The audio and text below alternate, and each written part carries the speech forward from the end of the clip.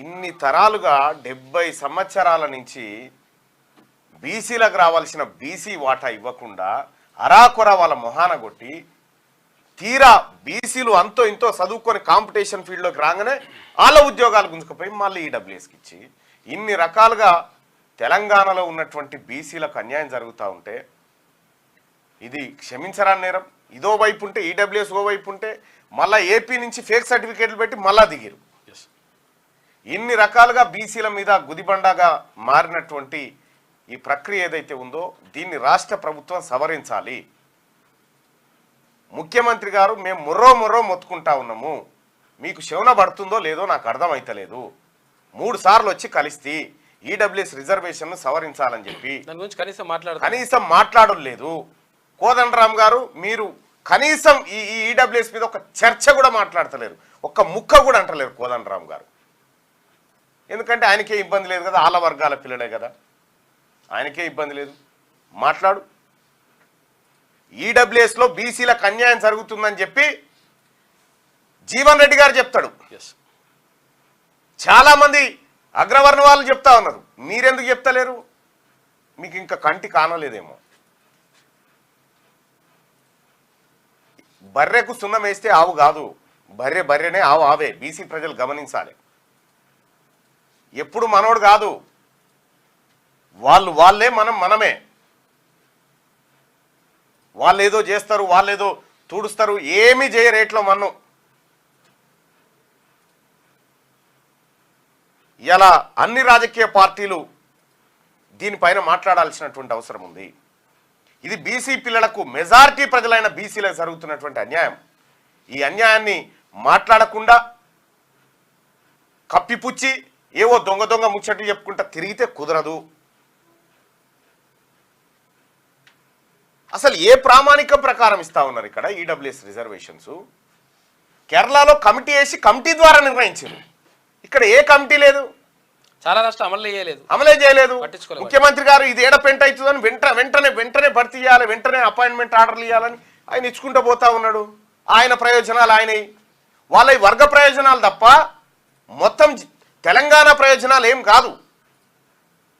ఈ తెలంగాణలో ఉన్నటువంటి మెజారిటీ ప్రజలైనటువంటి బీసీలు ఇది తాడో పేడో తేల్చుకోవాల్సినటువంటి సమయం ఆసన్నమైంది. తస్మాత్ జాగ్రత్తగా ఉండాల మనం. కళ్ళ ముంగటే ఇంత దుర్మార్గం జరుగుతూ ఉంటే ఈ బీసీలలో ఉన్నటువంటి పేద వర్గాల బిడ్డలు నా కుక్కనికి వస్తే చాలు మిగతాది ఎటన్నా పోయిన అనుకుంటారు. కాదో, అందరికీ జరుగుతుంది ఈ నష్టం. ఉద్యోగాల విషయంలో అట్లా నిధులైతే మన దగ్గరనే లేవు. ఒక బీసీ కాంట్రాక్టర్ లేడు, బీసీ కాంట్రాక్టర్కి ఇచ్చుడు అసలే లేదు. 42% నిధులు బీసీ కాంట్రాక్టర్లకు, 42% కాంట్రాక్టులు వాళ్ళకి ఇస్తామని చెప్తే ఏ కాంట్రాక్ట్ ఇచ్చింది లేదు. వాళ్ళే పంచక తిన్నారు ఎక్కడోడు అక్కడ ఇట్లా కుప్పలు పెట్టుకొని. మరి మన దసరా పండుగ కనుక ఏటకూర కుప్పలు వేసుకొని పంచుకొని తిన్నారు. ఇప్పటిదాకా అయిన కాంట్రాక్ట్లు అన్నీ అవే. ఎంతమంది బీసీ కాంట్రాక్టర్లు ఉన్నారు చెప్పురు ఇప్పుడు చూద్దాం. కాంట్రాక్టర్లకు వీళ్ళకి నిధులు ఇచ్చుడు లేదు, వీళ్ళతో పనులు చేయించుడు లేదు. బీసీలు పనికి కాంట్రాక్టులు పడేందుకు చేత కాకపోయా, ఉద్యోగాలు తీసుకోవడానికి చేత కాకపోయా, రాజకీయానికి చేత కాకపోయా, దేనికి మీకు ఓట్లు వేయడానికి మాత్రం చేతనైనారు. జెండా పట్టాలి. ఇదా ఏం దుర్మార్గం ఇది? నారాయణపేట జిల్లా, ఇదే మహబూబ్ నగర్లో నారాయణపేట జిల్లాలో ఉన్న బీసీలు ఎంతమంది, ఆ బీసీలకు ఏం దక్కింది? నారాయణపేట నియోజకవర్గాన్ని తీసుకుంటే ఇగో నారాయణపేట నియోజకవర్గంలో బీసీలు ఎంతమంది ఉన్నారు చూడ్రి. డీటెయిల్స్ ఆఫ్ అసెంబ్లీ ఎలక్షన్స్ ఏది నారాయణపేట అసెంబ్లీ కాన్స్టిట్యున్సీది. ఇక్కడ 2,13,330 మంది జనాభా ఉన్నారు. ఎంతమంది ఉన్నారు? 2,13,330 మంది జనాభా ఓటర్లు ఉన్నారు. ఇందులో 4 సార్లు ఎలక్షన్స్ అయినాయి నారాయణపేటకు.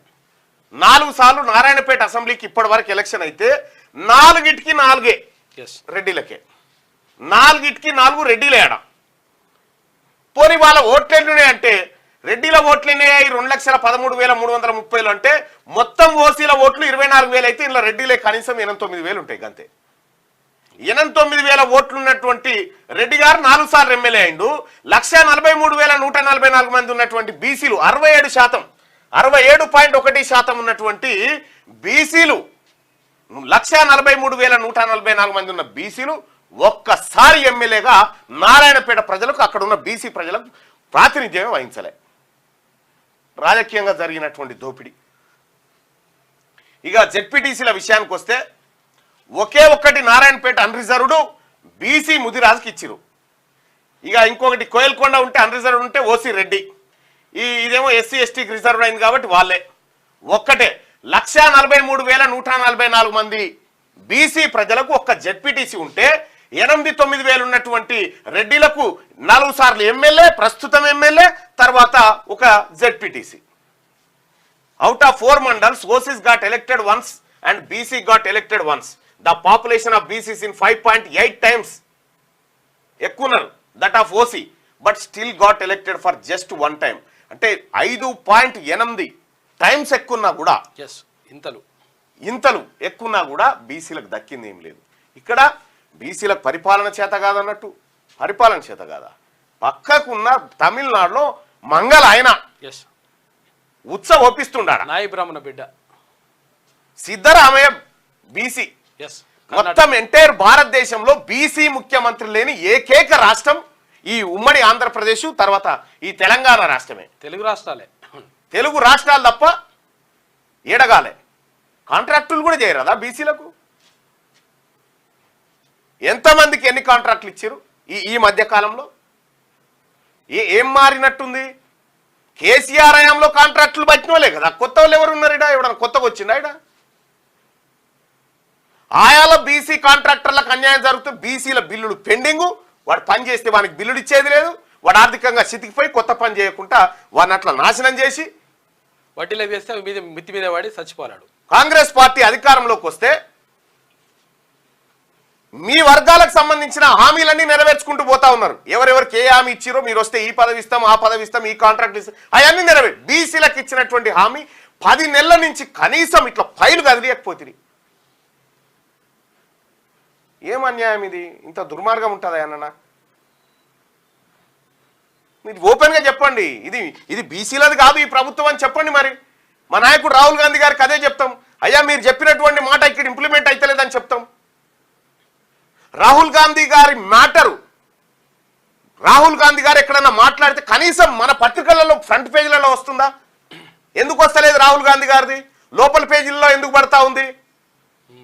ఆయన మాట్లాడిన మాటలు, రాహుల్ గాంధీ గారు మాట్లాడుతున్నటువంటి అంశాలు, ఈ దేశ భవిష్యత్తు గురించి, దేశంలో ఉన్నటువంటి ప్రజల గురించి ఆయన మాట్లాడే మాటలు ఫ్రంట్ పేజీలో ఎందుకు వస్తలేవు? తెలంగాణ రాష్ట్రంలో ఎవరు వెయ్యొద్దని చెప్తా ఉన్నారు? చెప్పాలా దీనికి సమాధానం? మేము కూడా రాహుల్ గాంధీ సాబ్కు చెప్తాం, ఖచ్చితంగా మేము కూడా లెటర్ పెడతాం. జరుగుతుంది ఇగో ఇది, ఇంత వివక్ష జరుగుతూ ఉంటే చూస్తూ కూర్చోవడానికి కాంగ్రెస్ పార్టీ నాయకుడు, మా నాయకుడు రాహుల్ గాంధీ గారి కార్యకర్తలం మేము చూసుకొని కూర్చోం. పట్టబగటీలు ఇంత అన్యాయం చేసుకుంటా